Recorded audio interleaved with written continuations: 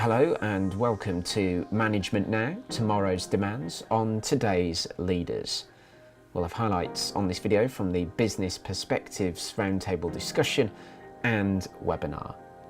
So the video objectives, we will share some of the highlights from the roundtable discussion and webinar on the Management Now topic, and we will gain some insights into how managers can tackle the knowledge gaps and skills shortages of the future whilst embracing new ways of working and creating more effective working environments.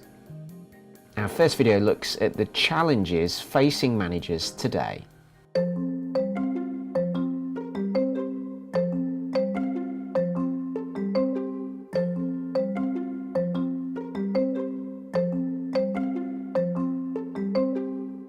What would you say are those sort of big challenges that you see for managers going? I think one of the things that interests me at the moment is that a lot of organisations are interested in bringing different people into the strategic conversation. So much as in the world of innovation, we've seen open innovation, haven't we? In a similar way, I think you can talk about open strategy, really bringing different people in. So that means that for managers, we need them to have a different set of skills. We actually want them to be perhaps thinking strategically quite early on in their career as well. Not as, a traditional view says that strategy is the preserve of the top management team, exclusively. It's something that's developed and then cascaded down the organisation, the word that's often used. And I think what a lot of organisations are trying to do today is involve different parties in the strategic conversation, the staff at all levels, as well as customers and potentially other stakeholders. So one of the things that interests me is what does that mean perhaps for the middle managers and the first line managers, and how you involve them effectively in the strategic conversation, and get them to think, to think about the world, not just in the way we might teach on an MBA programme with a SWOT analysis or whatever it happens to be, the favourite models and frameworks, but to look at all the things that are changing in the external environment. Like Kevin mentioned regulation in his introduction. How do you think effectively about all those different dimensions and bring them in, whatever your position in the hierarchy, if you like. Kevin, do you recognise those things from your own? Without a doubt. Within the CMI, they've recently issued a report which relates to the reluctance or consequential manager. And that, for myself, is exactly what I've developed from and developed to with regard to from a hard engineering background without any management skills to actually sourcing my own knowledge and getting me improved communication skills, delegation skills, etc., to build my own business. Now, when I look at my own management team and engineers that have run in the business, they've got a multitude of sins that are actually attacking them constantly. But one of the important aspects of my managers is actually how they deal and communicate with the employees below them. For the culture in the business, it's really getting driven through the engineers, through the teams, but these middle guys are very heavily loaded with attacking information from email, from clients, health and safety. And in a smaller business, my engineers generally manage more of the duties than have been segmented into a HR department or a quantity surveying department that actually manage the entire scope of the work. So I try and guide them as well as possible, and also give them the opportunity to develop their own skills and progress their own careers as well, which is vitally important. But communication is the key one, and being able to communicate well. And how about, I think that communication issue has come up quite a lot, but that challenge for managers in these positions to influence upwards and manage your teams, that seems like an even more important skill. Any sort of tips for that? I think personally for myself, I always try and communicate in a way that I'm communicating to my audience from their point of view, as opposed to just projecting my own view and opinions. We're trying to at least understand whether you're speaking to an apprentice or whether you're speaking to a different trade, that you actually try and communicate in a manner that's on an equal footing, as opposed to just from your own hilltop and just letting out jargon or whatever it may be. I think there are two other aspects to for me, then communication isn't just about talking, it's about listening and the right balance, because if you're just talking all the time, you don't hear what the issues are. And that's something we try and teach our managers, that you need to listen both up and down to make sure you've heard the message. The other part of it is anticipation, which is a skill perhaps we don't use enough or teach people, is to anticipate where a client or customer is going, but also where the team are going, just to look a little bit further, not a long way in the distance, but trends. What's the signals I've seen? Did I hear that right? Has that been passed to the people who need to know? So listening and anticipation, I think, are two important parts of this whole communication skill.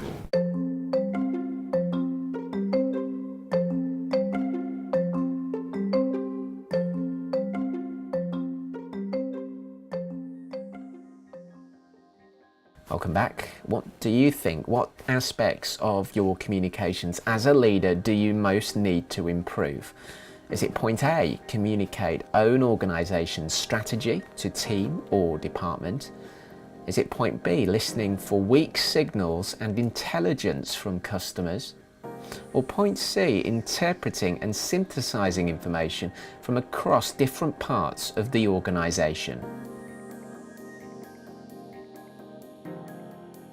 Well, let's see what our webinar audience thought. They going with point C. 53.8%, more than half, think that interpreting and synthesizing information from across different parts of the organisation is the best way forward. So let's take some thoughts from the webinar. Sharing, trust, openness and cross-functional coordination are key ingredients to effective communication. These soft skills are essential. Active listening is certainly a skill lacking in certain managers' toolkit. For me, an innovative environment occurs where all the employees need to be energized in a way where their inputs are listened to. So let's take a look at our second video, which looks at resilience and change.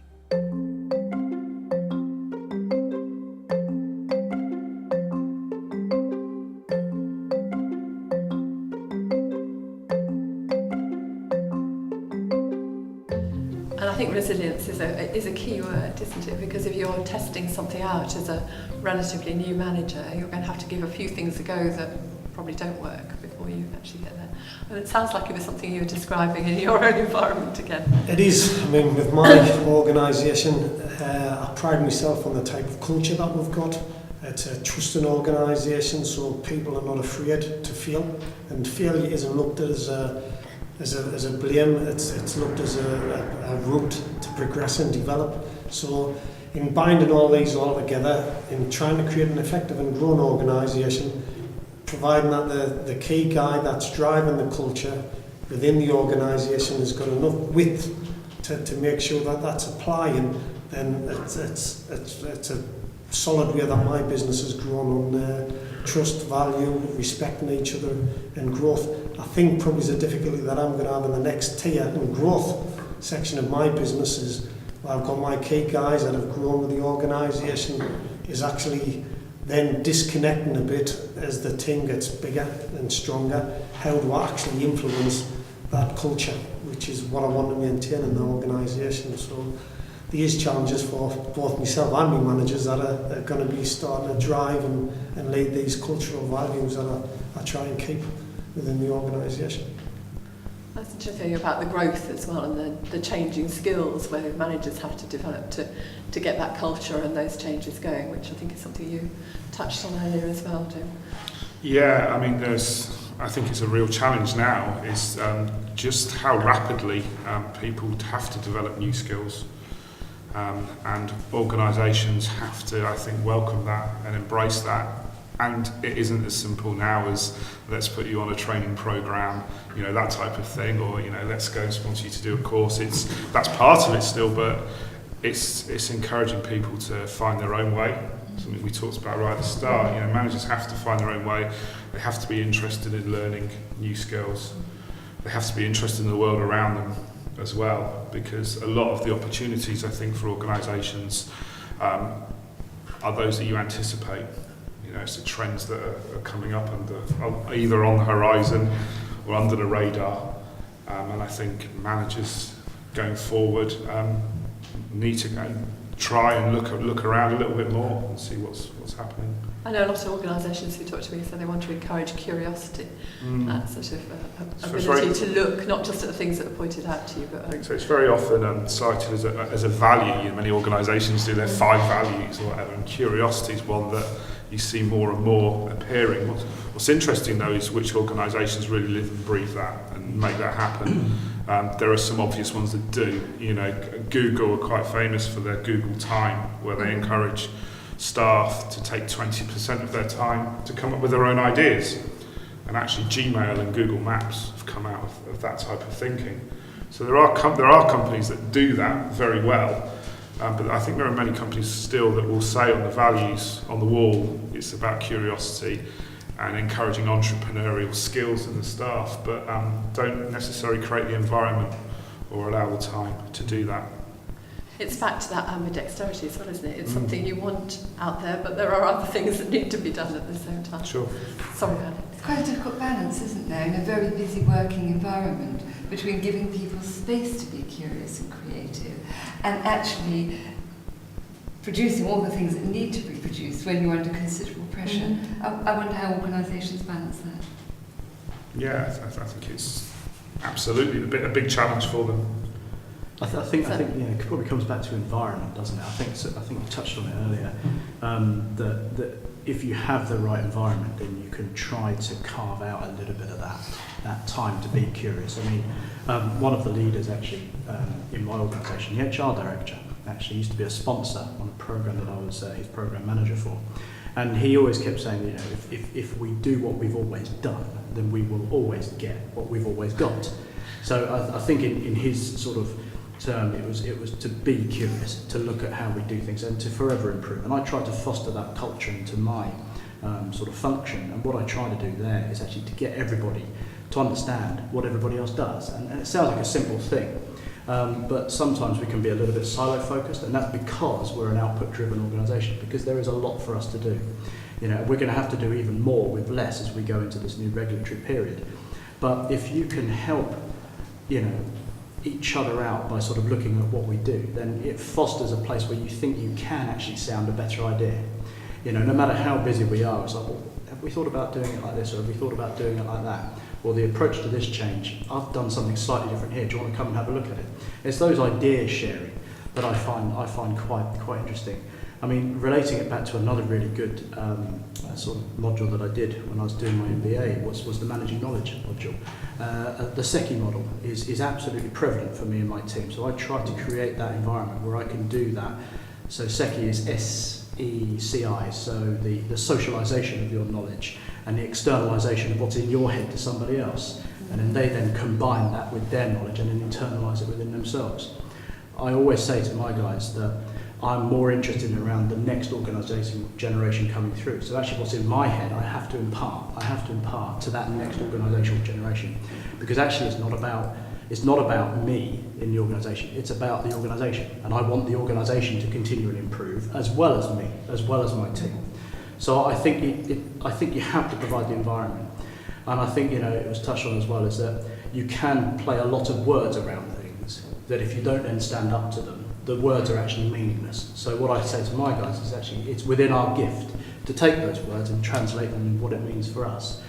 I'm not necessarily saying that I'm typical, perhaps, of all managers within my organisation or all leaders, but I certainly like to live up to that because it makes them, I think, feel more valued.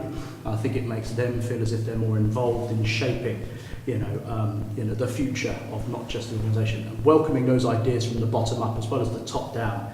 I think it's interesting. It creates both a harmony and a tension. A harmony that actually the people really do care. A little bit of a tension because perhaps what some of the execs have set out, they're not necessarily want to hear from what comes from the ground up. But I think it's healthy. I think it's healthy. If you can provide the right environment, then no matter what the time constraints, you can always go for a breakfast or a dinner and then talk about it over that in a more informal and relaxed environment.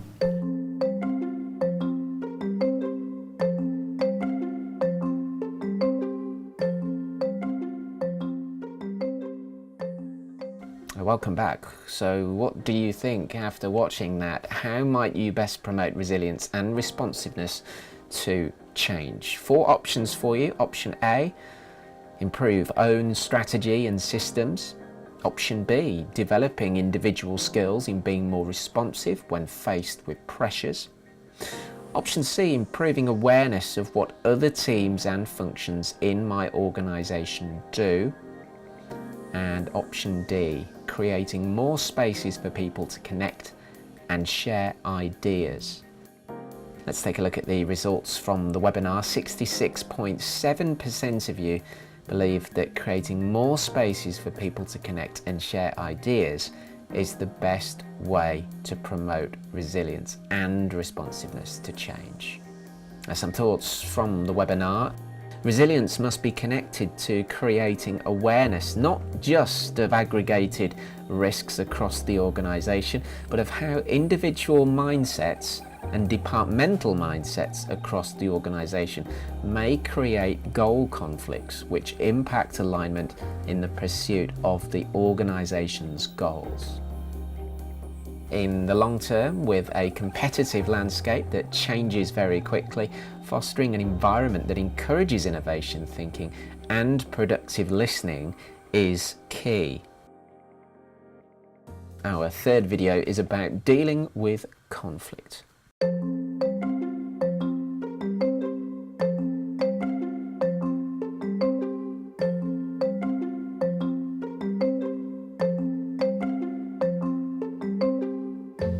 I think you have to deal with it.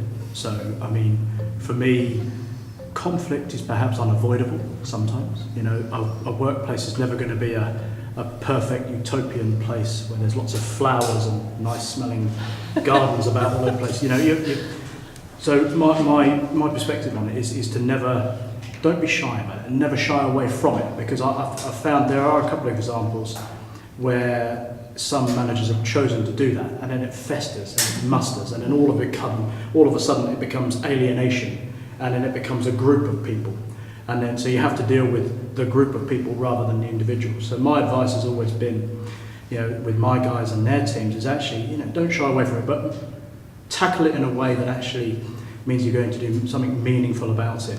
So, you know, have a touch base, or you know, sometimes have a prayer meeting and confess your sins, you know, and it's that simple. It's just try to make light heart of it to some degree, but I think sometimes it's a true strength of character of what a manager or a leader is in an organisation, is that if something's not quite right, is to actually nip it in the bud quite quickly, before it then escalates into something else, and then before you find that actually an employee or a person in the team doesn't feel that you're dealing with it, and then all of a sudden escalates it above you, and then your integrity is then called into question. I think if you can do that, then you might find that actually it actually becomes better, you know, because people then feel that if there is a problem that they can come to you, and you also recognise the problem before it starts to sort of muster and get out of control. So the old adage about how you actually deal with the problem is or the conflict is more important than the fact that it is bound to arise at some point.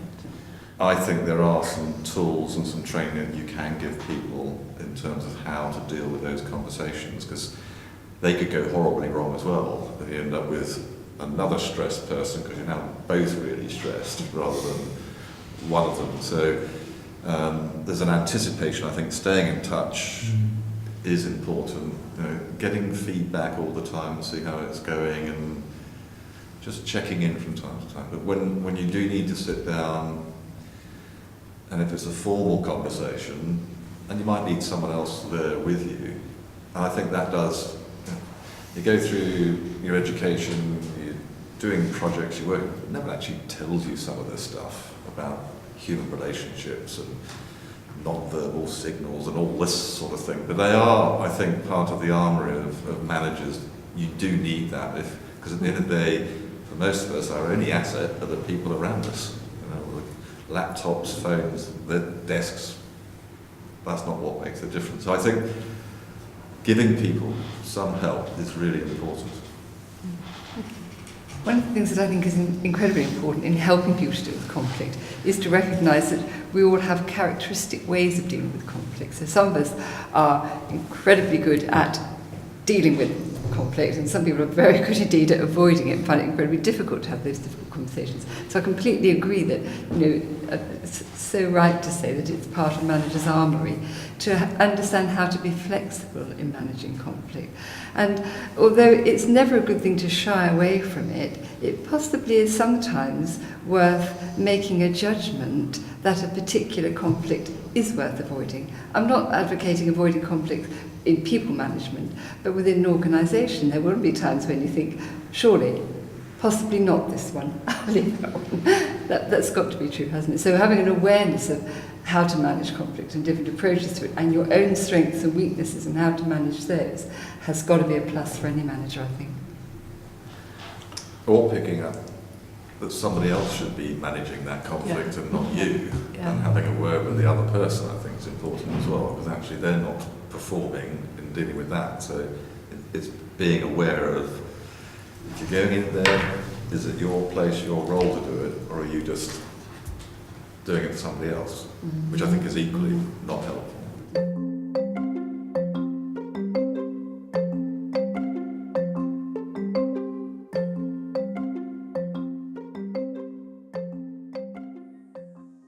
Welcome back. So what do you think about that? How can you improve the way you anticipate and manage conflict? Option A, you could create a culture of discussing problems early so they don't build into conflicts. Point B, you could develop own personal skills in different ways of managing conflict. Option C, simply spend more time listening to people to get to know them better. Or option D, support own team and colleagues with different ways for them to manage conflict. Well, here is what our webinar audience thought. They going with option A. 60.7% of them believe that creating a culture of discussing problems early so that they don't build into conflicts is the way forward. That is the best way to anticipate and manage conflict. Some thoughts about this point. Conflicts often arise between individuals and groups that do not understand one another, whether that be their objectives, motives, or just the way that they do things. Therefore, the manager has to play an important role in creating the right atmosphere and opportunity for the different sides to resolve their issues. Important to consider the cross-cultural dimension when looking to manage tensions or conflicts. Understanding the cultural drivers of tension can help. Finally, moving on to our fourth video, which provides some advice for managers.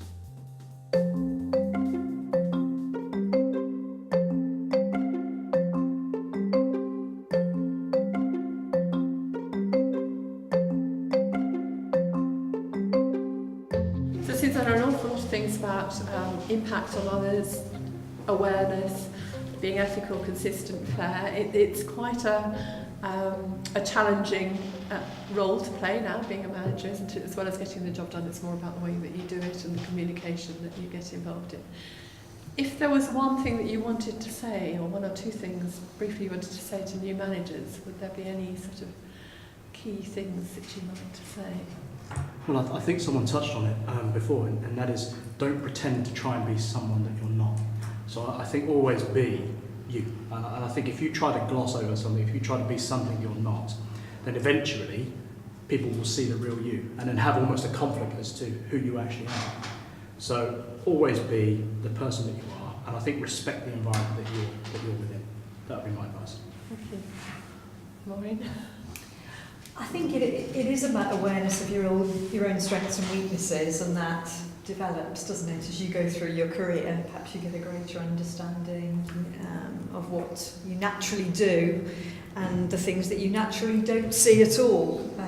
Perhaps, certainly I've worked in the past for a manager who was very, very good at the detail, was constantly down in the detail, and your main message to that person, I think, would be, that you need to lift your head up and take a strategic perspective sometimes as well. So I think it's that. It is about building that self-awareness of your own strengths and weaknesses, and feedback from all directions does have a role to play in that, and to actually try and manage that as you go through your career, so that you develop some capabilities in areas that you probably didn't have when you started, and to be open to that none of us, you know, have the complete set of strengths when we start out.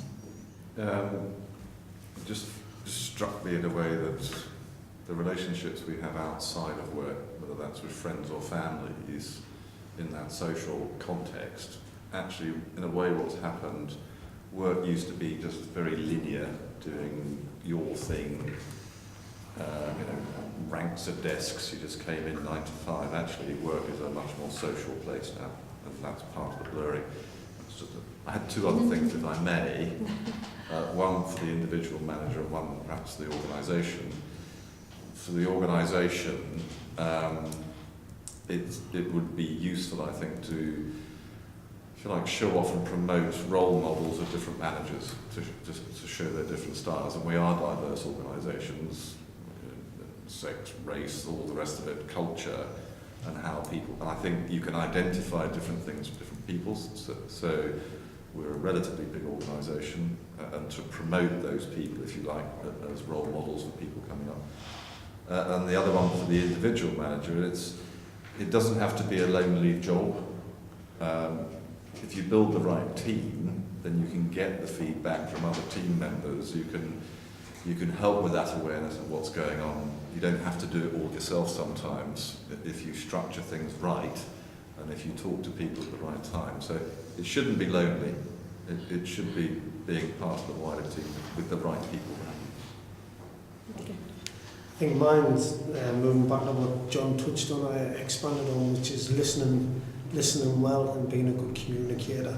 As a manager, there's a lot of tools and frameworks out there that can be used to benefit not just your business life, but also your personal life as you develop as an individual. And I don't think anybody should really ever stop. It's about situational circumstance and expanding your knowledge and width to generally have a better life. Thank you. Violet. I think I would say that being a manager is a really difficult job, and it's a critically important job. It's critically important to the organisation and how well it does. It's actually terribly important to the people around you and the quality of life they have at work, as well as to the way they feel about work. And you can't expect to be a good manager straight away. You have to learn an awful lot. And most of your learning will come from the workplace. Not only do you have to expect to keep on learning and learning from your experience and reflecting on all of that, but you probably expect that at least 70% of what you will learn at work. And you will learn it by observing, listening, getting feedback, thinking about it, getting advice from others, discussing it. And if you do that, you'll get very much better at it. Thank you.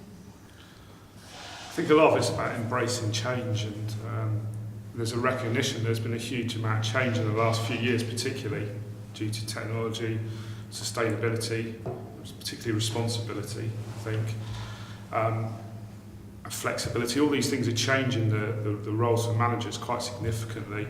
At the same time, people take some delight in mentioning that there are jobs in the future that we don't know exist yet. You know, there's some incredible stats out there. You know, that there clearly are lots and lots of jobs in 5 years' time. We don't know quite what they are. And so I would encourage managers, if they can, to embrace the change that's happened and what could be in the future. And I think that's about pathways and being open to things and not being too static.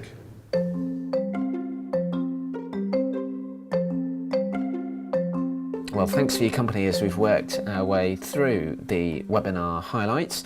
Some ways to get in touch. Please share your perspectives on the Business Perspectives blog. You can do that at openbusinessperspectives.com. Don't forget to visit our website to see what your alumni and careers network can do for you. You can access that at open.ac.uk/business-school/alumni. And you can email us as well, oubs-alumni@open.ac.uk.